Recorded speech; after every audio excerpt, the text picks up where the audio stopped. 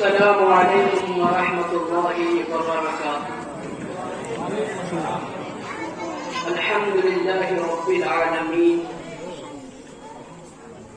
والصلاة والسلام على سيد المرسلين وعلى آله وأصحابه أجمعين. أما بعد، فقد قال الله تعالى في القرآن المجيد والفرقان الحميد: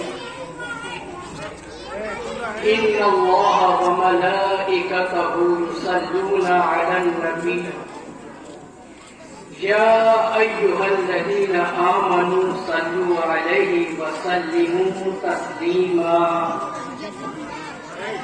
وقال في موضع آخر: بڑا ہے پیچھے جا پیچھے جا إنا أرسلناك بالحق بشيرا ونذيرا. وقال النبي صلى الله عليه وسلم: من صلى علي صلاة واحدة صلى الله عليه عشرا. وقال في موضع آخر: إنما الأعمال بالنيات. صدق الله العظيم وصدقه النبي الكريم. معزز سامعین اکرام اور حاضرین مجلس،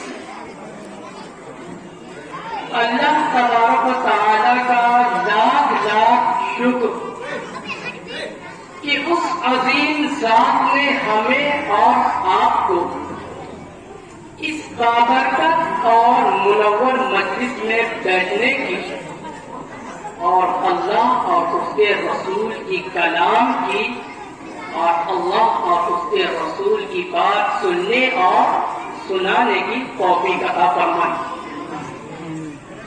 سب سے پہلے اللہ تبارک تعالیٰ کا اس بات پر شکر ادا کیا جائے کہ اس عظیم ذات نے ہمیں اور آپ کو کوئی درندہ، کوئی جانور، کوئی پرندہ نہیں بنایا، بلکہ اللہ رب العزت نے ہمیں اور آپ کو انسان بنایا، اشرف المخلوقات بنایا. اس کے بعد اللہ رب العزت کا لاکھ لاکھ شکر کہ اس عظیم ذات نے ہمیں اور آپ کو مسلمان بنایا. کوئی یہودی نصارہ نہیں بنایا، بلکہ ہمارا اور آپ کا داخلہ دین اسلام میں کیا اور مسلمان بنایا.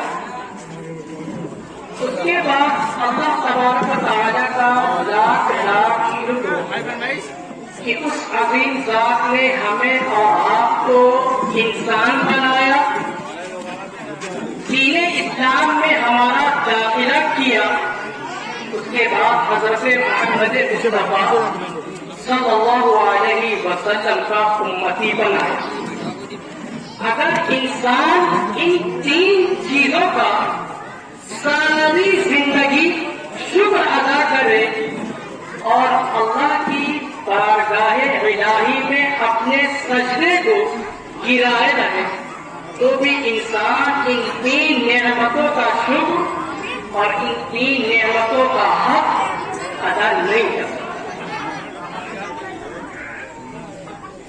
آج جو مجلس لگی ہوئی ہے، یہ کوئی دنیاوی مجلس نہیں ہے، بلکہ یہ ایک دینی مجلس ہے. انسان جب کسی مجلس سے اٹھتا ہے تو وہ اپنے ساتھ لاکھوں کروڑوں گناہ لے کر اٹھتا ہے.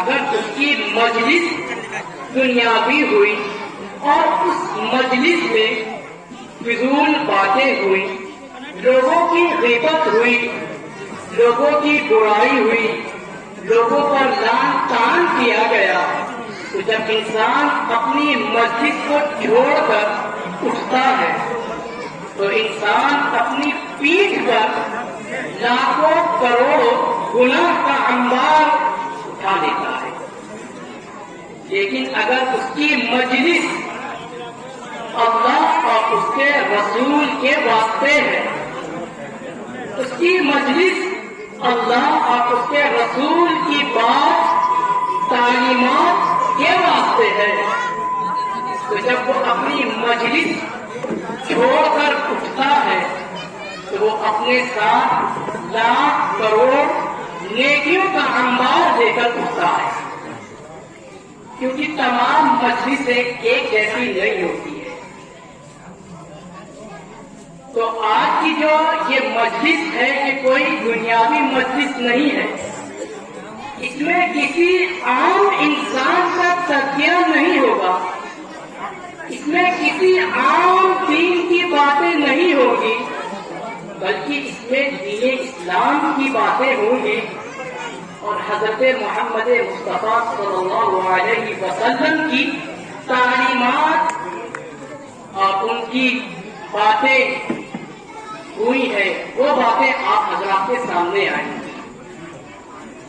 ایک حدیث آتی ہے انما الاعمال بالنیات، کہ تمام اعمال کا دار و مدار نیتوں پر ہے، تمام اعمال کا دار و مدار نیتوں پر ہے۔ ہمیں سب سے پہلے کسی بھی کام میں کسی بھی عمل میں نیت نہیں کرنی، جو کہ یہ حدیث وارد ہوئی ہے نیت کے سلسلے میں، لیکن ہمیں کسی بھی عمل میں کسی بھی اعمال میں نیت نہیں کرنی ہے۔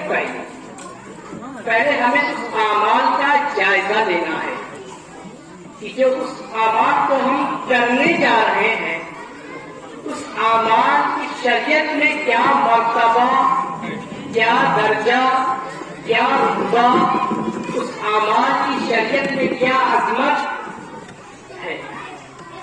اگر وہ اعمال ناجائز نکلا اور اس پر ہم نے اچھی نیت کی تو اس اعمال کے بنا پر ہماری اچھی نیت اللہ کے دربار میں قابل قبول ہرگز نہیں ہوگی، بلکہ اس اعمال کی بنا پر ہمیں اللہ تبارک تعالیٰ گناہ دے گا۔ اس لیے ہمیں سب سے پہلے نیت کو، اعمال کو دیکھنا ہے کہ وہ اعمال کیسا ہے۔ مثال کے طور پر یہ جو مجلس لگی ہوئی ہے یہ بھی ان اعمال میں سے ہے۔ کیا یہ اعمال جائز ہے؟ اس طرح کی مجلسیں لگانا جائز ہے یا اس طرح کی مجلسیں لگانا جائز نہیں ہے؟ تو ہمیں سب سے پہلے اس مجلس کا جائزہ لینا ہوگا، یہ مجلس کیسی ہے۔ تو اب دیکھا جائے گا کہ اس مجلس میں کون سی باتیں ہونے والی ہیں، کیا دنیاوی باتیں ہونے والی ہیں یا دینی باتیں ہونے والی ہیں۔ اگر دنیاوی باتیں ہونے والی ہے اور اس اسٹیج پر گانا ناچ ہونے والا ہے تو یہ مجلس ناجائز کی تقسیم ہوگی، لیکن یہ مجلس الحمدللہ اللہ اور اس کے رسول کے لیے، ان کی باتوں کے لیے سجائی گئی ہے، لہذا یہ مجلس جائز ہے۔ مجلس میں جو اعمال ہونے والے ہیں وہ جائز ہے۔ اب ہم نے اس مجلس کا جب جائزہ لے لیا تو اب ہمیں نیت کرنا ہے، کیونکہ کوئی اعمال نیت کے بغیر پورا نہیں ہوتا ہے۔ تو ہمیں اب یہ نیت کرنا ہے کہ ہم اس مجلس میں جو باتیں سنیں گے ان باتوں پر 100% عمل کریں گے اور ان باتوں کو اپنے عزیز و اقارب میں پھیلائیں گے، ان باتوں کو اپنے عزیز و اقارب کو بتلائیں گے۔ اب یہ مجلس جائز، نیت اس پر ہم نے درست کر لی۔ اب میں اپنے اصل موضوع پر آتا ہوں۔ ہم نے مجلس کا جائزہ لے لیا، مسجد بالکل درست ہے، نیت بھی ہم نے اس پر اچھی کر لی۔ اب میں اپنے اصل موضوع پر آتا ہوں جس کے لیے صاحب دعوت نے اس مجلس کو سجایا ہے۔ ابھی میں نے آپ حضرات کے سامنے قرآن کریم کی ایک آیت پڑھی،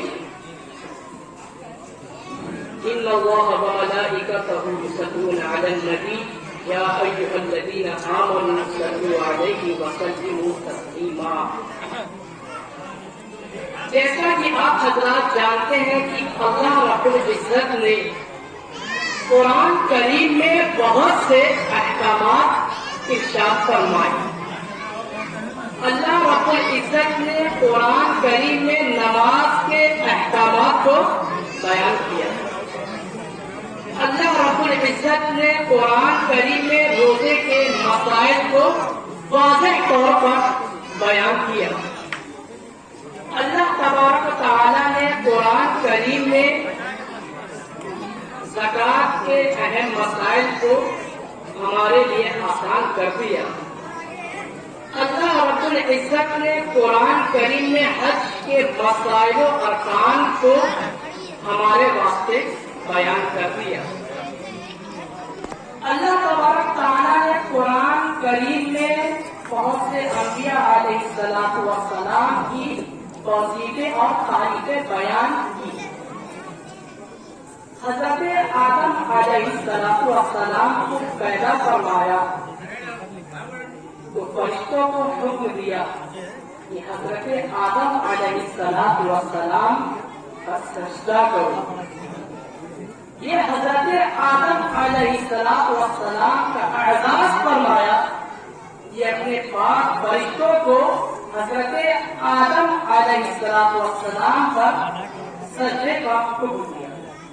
بظاہر اس حکم کے بعد دنیا میں اس سے بڑی تعریف کسی نبی کی نہیں ہو سکتی کہ اللہ رب العزت نے سجدے کا حکم دے دیا کہ اگر دنیا میں ہم اگر اللہ کے علاوہ کسی اور کو سجدہ کرتے ہیں تو شرک شامل ہو جاتا ہے۔ لیکن جب بات حضرت محمد مصطفیٰ صلی اللہ علیہ وسلم کی آئی تو اللہ رب العزت نے فرشتوں کو حکم نہیں دیا، انسانوں کو حکم نہیں دیا، بلکہ پہلے اپنے آپ کو مقدم کیا اور فرمایا ان اللہ، بے شک میں اللہ جو سارے انسانوں کو کھلاتا اور پلاتا ہوں، میں وہ اللہ ہوں جو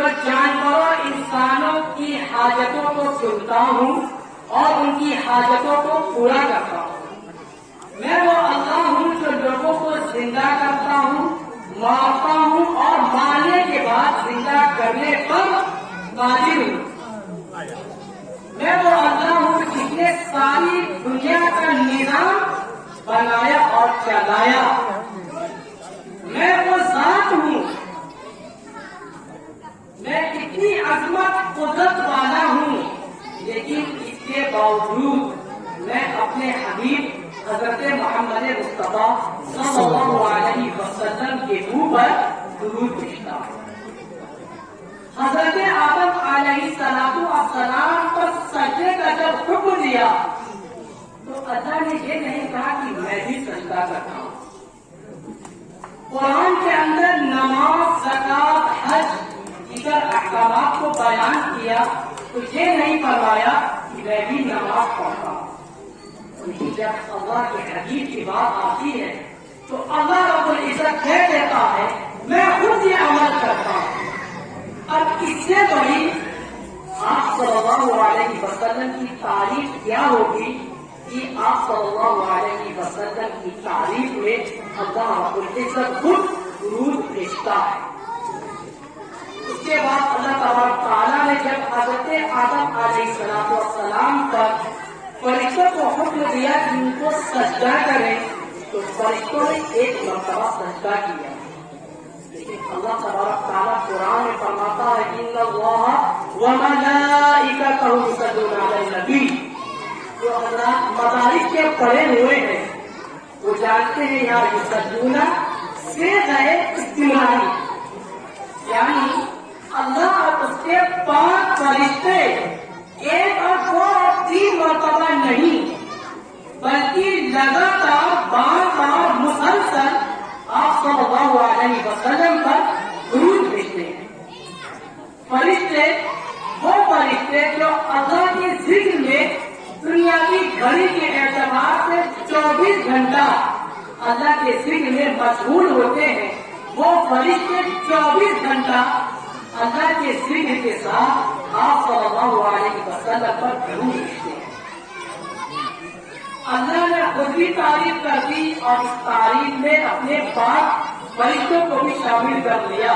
تو اب انسان کی کیا حیثیت کہ وہ اپنی نالائق زبان سے آپ صلی اللہ علیہ وسلم کی تعریفیں کرے، جن کے 24 گھنٹے دنیاوی کاموں میں لگے رہتے ہیں۔ لیکن اللہ تبارک تعالیٰ نے ارشاد فرمایا یا ایھا الذین آمنوا صلو علیہ وسلم تسلیما، پہلے ہمیں یا ایھا الذین آمنوا کو سمجھنا ہے۔ اللہ تبارک تعالیٰ نے یا ایھا الناس نہیں فرمایا، بلکہ یا ایھا الذین آمنوا خاص کر دیا کہ جب میں خاص ہوں، میرے پاس فرشتے خاص ہیں، تو میرے حبیب پر اہل پہلے لوگ درود نہیں بھیجیں، بلکہ میرے حبیب پر خاص لوگ جو مجھ پر اور قیامت کے روز پر ایمان لے کر آئے ہیں، وہ لوگ سن لو، تم پر واجب ہے کہ تم میرے حبیب پر درود بھیجو۔ یہی تو مقصد ہے اس آیت کریمہ کا۔ اب آئیے درود کے بارے میں ایک حدیث سناتا ہوں۔ قال رسول اللہ صلی اللہ علیہ وسلم من صلی علیہ صلاة واحدة صلی اللہ علیہ عشر، کہ جو شخص مجھ پر ایک مرتبہ، صرف ایک مرتبہ درود بھیجتا ہے تو اللہ رب العزت اس ایک مرتبہ درود کے بھیجنے پر اس بندے کے اوپر 10 رحمتیں نازل کرتا ہے۔ یہ کتنی فائدے کی بات ہے کہ ہم نے ایک مرتبہ درود بھیجا اور ہم پر اللہ کی طرف سے 10 رحمتیں نازل ہو رہی ہیں۔ لیکن اس رحمت کو سمجھنا ہوگا، یہ رحمت کیا ہے؟ تو علماء اکرام مفسرین حضرات رحمت کے سلسلے میں بڑی مختصر اور بڑی جامع بات ذکر کرتے ہیں کہ اگر اللہ تبارک تعالیٰ کی ایک رحمت، صرف ایک رحمت اس دنیا میں نازل ہو جائے تو ساری دنیا کو وہ ایک رحمت کافی ہوگی، اس دنیا کو دوسری رحمت کی حاجت اور ضرورت نہیں ہوگی۔ اس دنیا میں اگر اللہ کی ایک رحمت نازل ہو گئی تو اس پوری دنیا میں اور جو کچھ چیزیں اس دنیا میں ہیں اسے دوسری رحمت کی حاجت اور ضرورت نہیں ہوگی۔ لیکن اللہ تبارک تعالیٰ اپنے حبیب پر درود دیکھنے کے بدلے اس ایک درود کے بدلے میں 10 رحمتیں نازل کرتا ہے کہ اگر وہ 10 رحمتیں اس دنیا میں اتار دی جائیں تو دنیا اس 10 رحمت کو برداشت نہیں کر پائے گی۔ یہ رحمت کا پاور ہے۔ اسی بات سے مجھے امام صحابی رحمت اللہ علیہ کی ایک بات یاد آتی ہے۔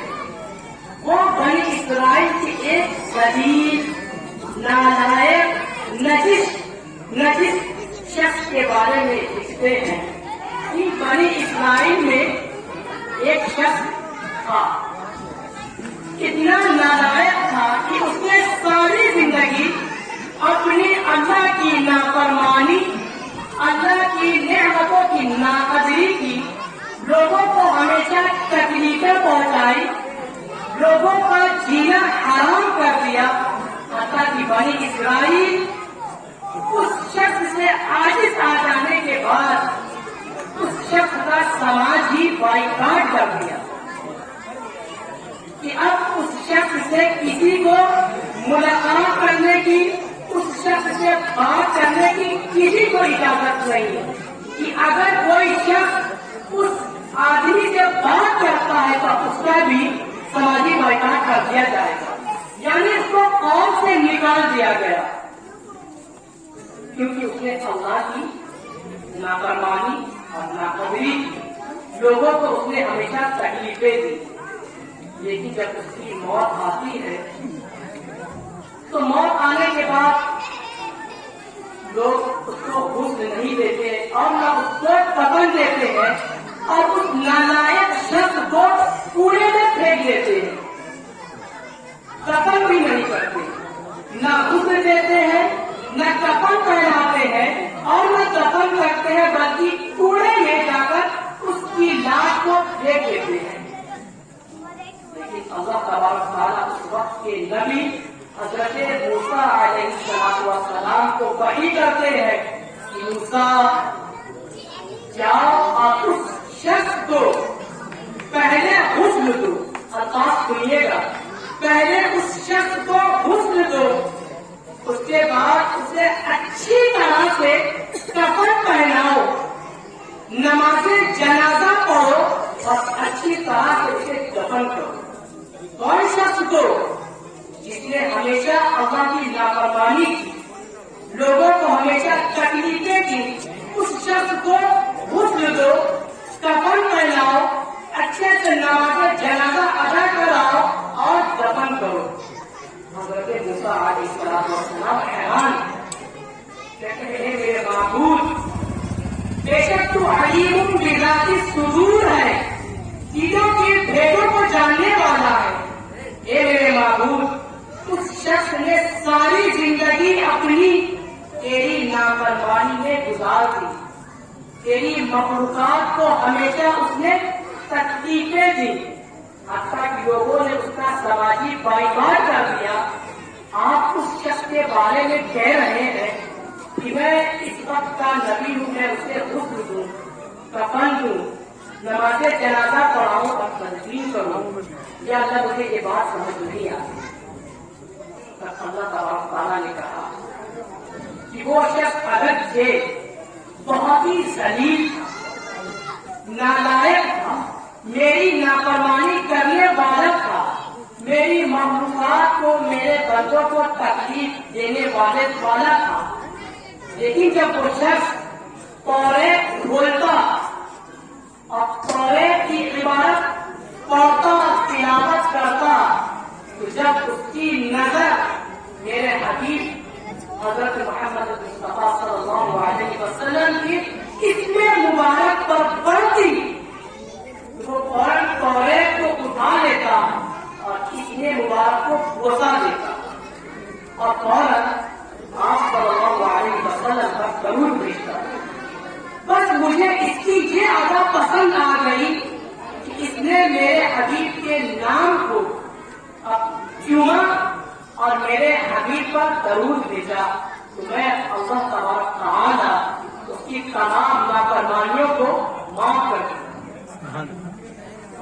صرف معاف ہی نہیں کیا بلکہ جنت کی 70 حوروں کے ساتھ اس ذلیل شخص کی نکاح کرا اور جنت میں اسے اعلیٰ مقام عطا کیا۔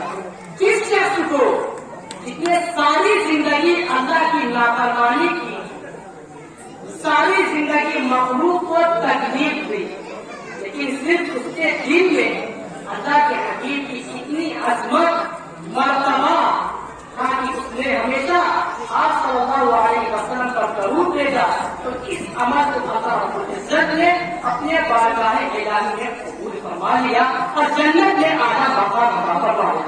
یہ فضیلت ہے درود شریف۔ لیکن افسوس کی بات یہ ہے کہ آج ہم درود کو نہ تو اس کی فضیلت سمجھتے ہیں، نہ ہی اس کو اس کے حق کے ساتھ ادا کرتے ہیں۔ آپ حضرات نے حضرت ابراہیم ادہم رحمۃ اللہ علیہ کا نام سنا ہوگا، شاید بھی سنا ہوگا۔ یہ اپنے وقت کے بادشاہ تھے، شہنشاہ وقت تھے، بڑی سلطنت کے مالک تھے،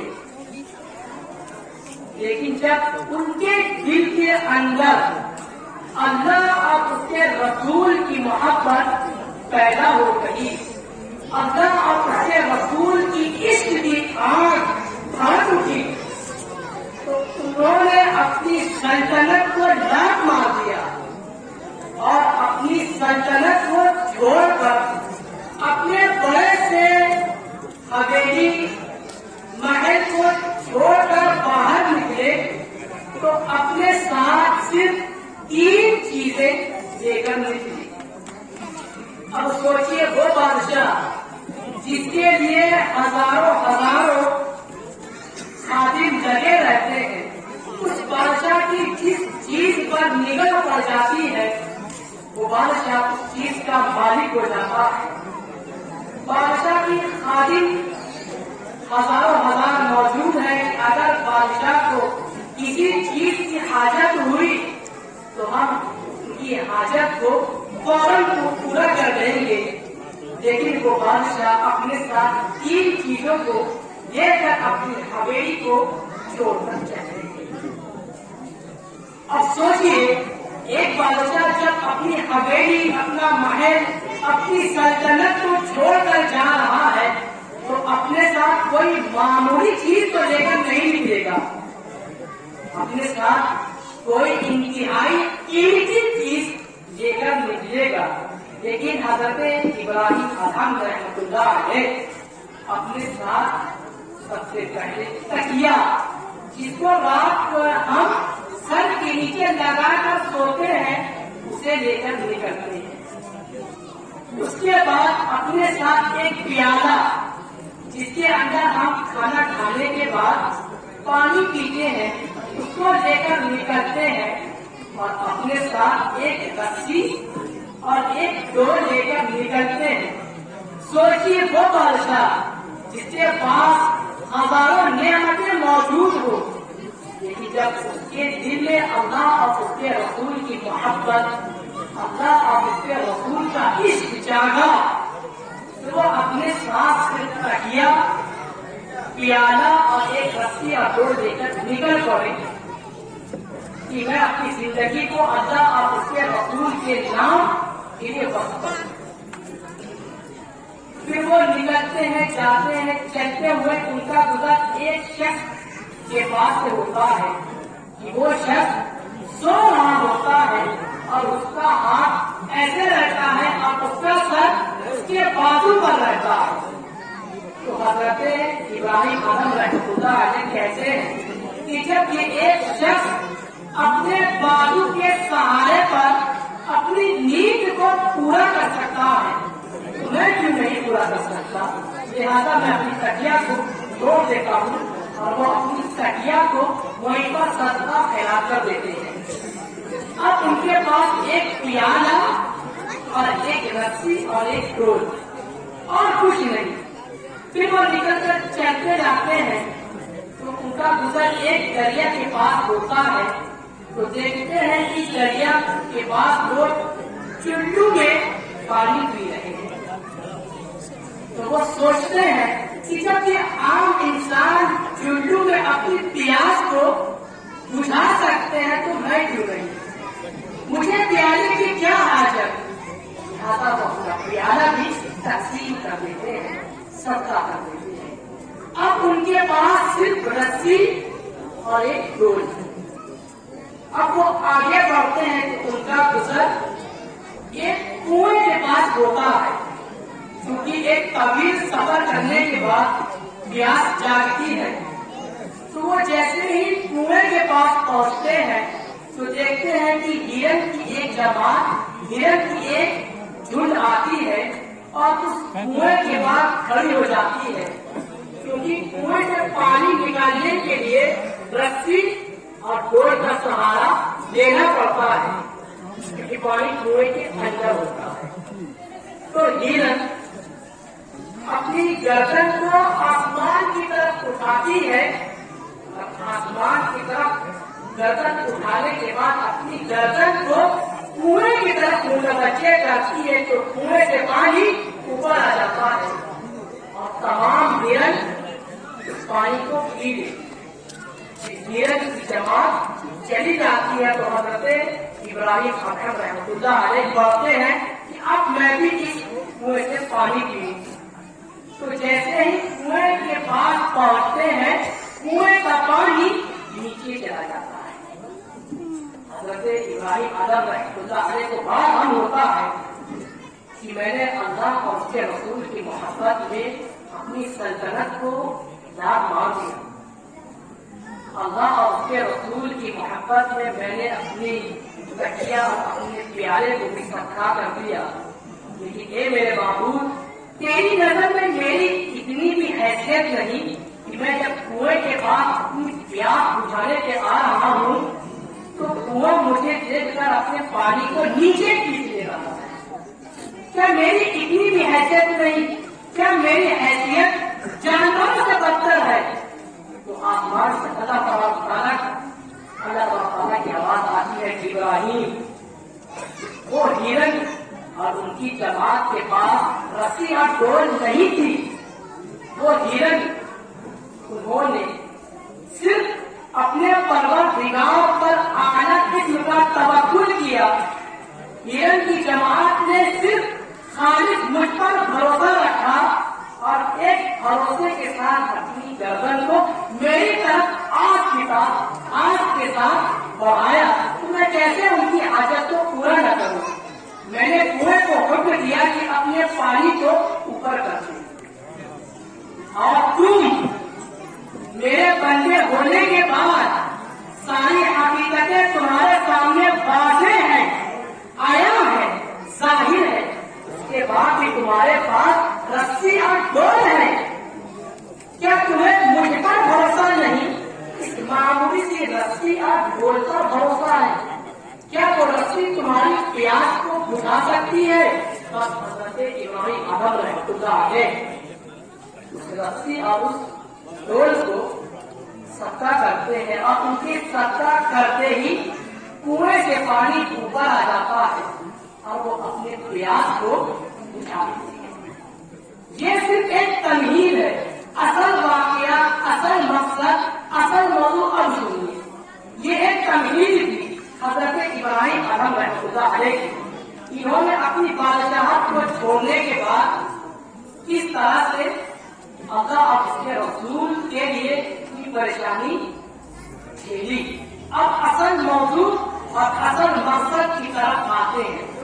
تھوڑا سا متوجہ ہو جائیے کہ اگر اس واقعے کے بعد بھی آپ کی دل کی دنیا نہ بدلی تو پھر مشکل ہے آپ حضرات کو کوئی اور بات سمجھانا.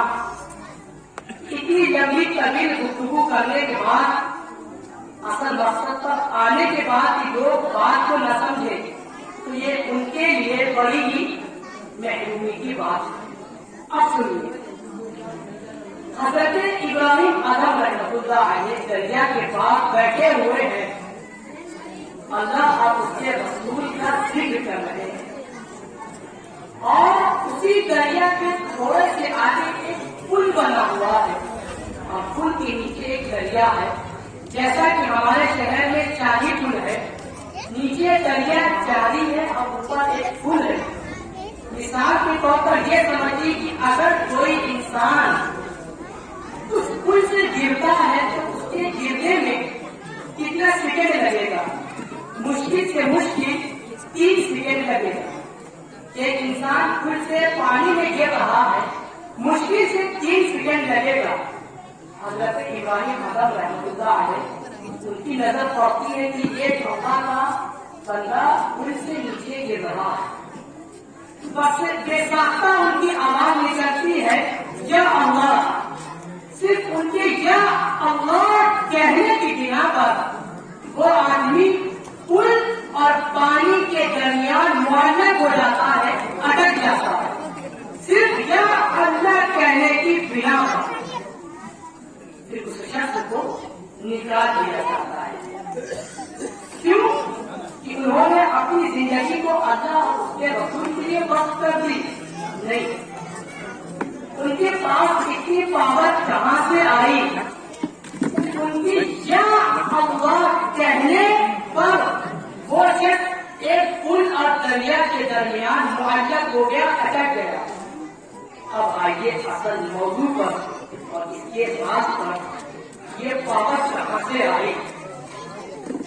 تو ابھی میں نے آپ حضرات کے سامنے ایک حدیث پڑھی، من صلی علیہ صلاۃ واحدۃ صلی اللہ علیہ وسلم، کہ جو شخص مجھ پر ایک مرتبہ ضرور بھیجتا ہے تو اللہ رب العزت اس شخص کے اوپر 10 رحمتیں نازل کرتا ہے.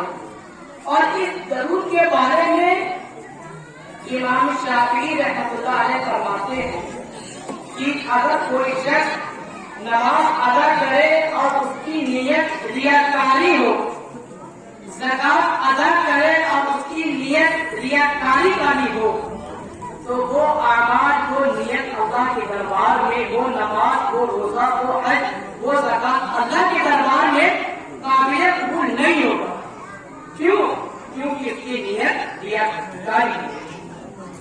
لیکن جب بات درود شریف کی آتی ہے تو امام شافعی رحمۃ اللہ علیہ فرماتے ہیں کہ اگر کوئی شخص دکھلاوے کے لیے، لوگوں کو دکھانے کے لیے، ریاکاری کے لیے جھوٹے منہ آپ صلی اللہ علیہ وسلم کا درود بھیجتا ہے، تو وہ درود اگرچہ لوگوں کو دکھانے کے لیے ہے، لیکن وہ درود اللہ کے دربار میں قابل قبول ہوگا اور اس درود پر پڑھنے والے پر 10 رحمتیں نازل ہوگی.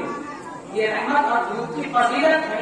اب آتے ہیں اپنی گفتگو کی طرف کہ حضرت ابراہیم ادھم رحمۃ اللہ علیہ کے پاس کون سی پاور آ گئی کہ ان کے یا اللہ کہنے کی وجہ سے ایک شخص پل اور پانی کے درمیان اٹک گیا. آئیے سنیے حضرت ابراہیم ادھم رحمۃ اللہ علیہ کا درود پڑھنے کا معمول کہ وہ روزانہ کتنی مرتبہ آپ صلی اللہ علیہ وسلم پر درود بھیجتے ہیں.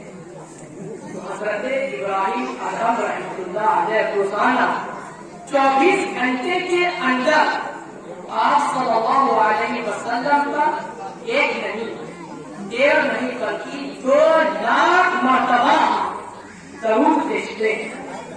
24 گھنٹے کے اندر 2 لاکھ مرتبہ درود بھیجتے ہیں تو ان کے پاس اللہ کی رحمتوں کا کتنا خزانہ ہوگا کہ انسان خزانے کو شمار ہی نہیں کر سکتا. جو شخص دن میں 2 لاکھ مرتبہ درود پڑھتا ہے اس کے پاس کروڑوں رحمتیں ہوگی. بس اس رحمت کی فضیلت، اس رحمت کے ذریعے، اس رحمت کے صدقے طفیل میں اللہ رب العزت نے ان کی یا اللہ کہنے کی لاج رکھی اور سامنے گرتے ہوئے شخص کو معاہدہ کر دیا. کیوں؟ وہ دن میں 2 لاکھ مرتبہ درود بھیجتے ہیں. یہ ہے درود شریف کی فضیلت. لیکن افسوس کی بات یہ ہے کہ ہم اور آپ درود کو صرف ربیع الاول میں سننا چاہتے ہیں، پڑھنا نہیں چاہتے. ورنہ سوال کیا جائے کہ آپ میں سے کتنے حضرات نے کتنی مرتبہ آپ صلی اللہ علیہ وسلم کا سچے دل سے درود بھیجا، تو کوئی اگر جواب دے دے تو بہت بڑی بات ہے. کیونکہ ہم درود کی فضیلت سننا چاہتے ہیں. جس طرح میں سنا ہم صرف سننا چاہتے ہیں، سننے کے بعد پابندی کریں گے اور بھول جائیں گے. اگر ہم اس درود کو سننے کے بعد اپنی زندگی میں اتار لیں تو ہمارے پاس اللہ کی رحمت کا اتنا انبار جمع ہو جائے گا کہ ہمیں شاید کام کرنے کی کوئی ضرورت نہ ہو. ہم اللہ کے دربار میں یا اللہ کہہ دیں تو اللہ تعالیٰ ہماری تمام حاجتوں کو پورا کر دے. اب ایک سوال پیدا ہوا ہوگا آپ کے ذہن میں، اگر نہیں پیدا ہوا ہے تو سوال کو پیدا کر دیتا ہوں کہ ایک شخص دن میں انسانی فکرت، انسانی کام کے باوجود 2 لاکھ مرتبہ کیسے درود بھیج سکتا ہے؟ ایک انسان 24 گھنٹے کے اندر 2 لاکھ مرتبہ کیسے درود بھیج سکتا ہے؟ تو کچھ چیزیں ایسی ہیں جس سے انسان کا دل نہیں کرتا. آئیے ان چیزوں کو شمار کرتے ہیں. سب سے پہلے آسمان ہے کہ انسان اسے اپنی بچپن سے بڑھاپے تک دیکھتا ہے اور کبھی یہ نہیں کہتا کہ آسمان سے مجھے دل بھر گیا. اسی طرح انسان اپنے بچپنے سے بڑھاپے تک چاند، سورج، ستارے کو دیکھتا ہے